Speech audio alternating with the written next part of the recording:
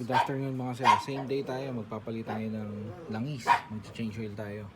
So ayun yung oil filter ng Toyota Wigo 2017 model. So sa ilalim na naman, number 14.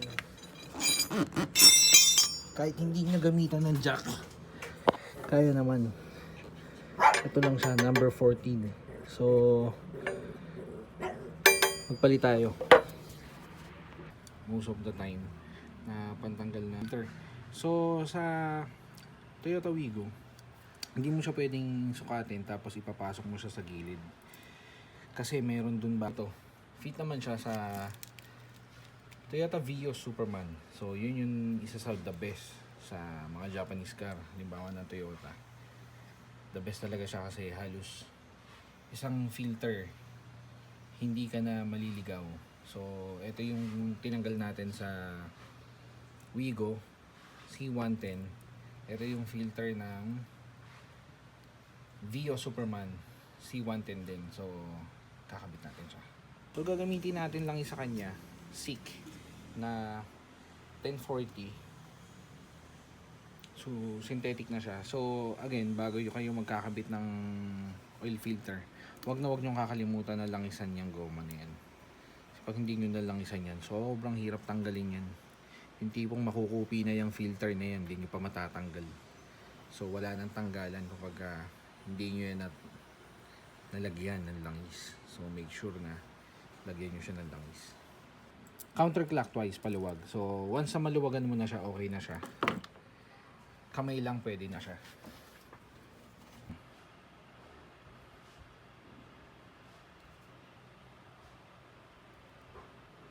Sa gilid lang ng pinaka labi ng tornilyo.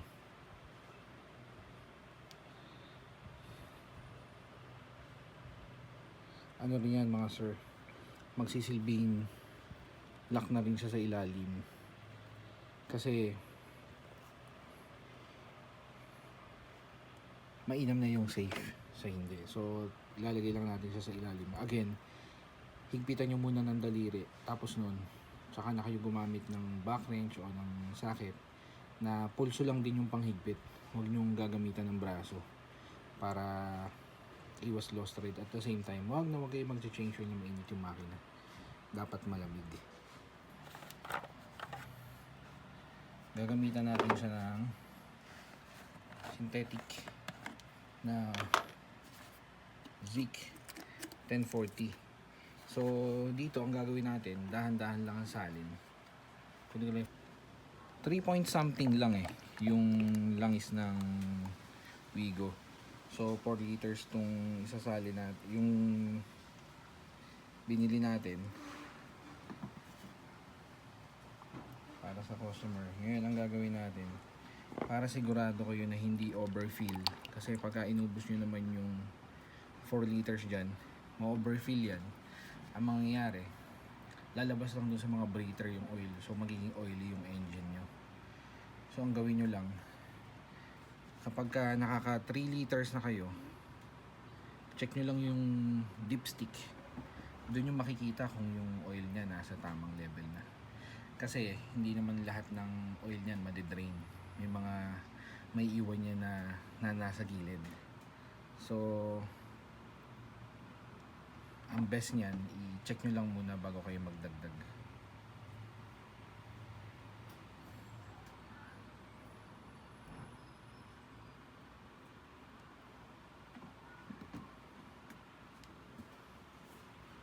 Kaya naman dito merong level ng liter level So yan, meron pa siyang 1.5. So saktuhin natin na 3 liters yung nailagay. Bago check nyo siya sa dipstick.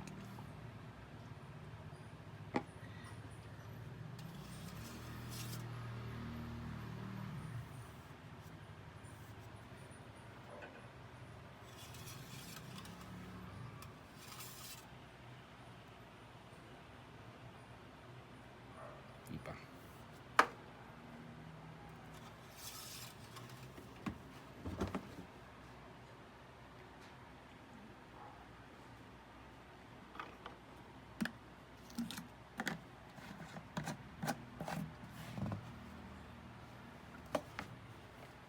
So sir, yun.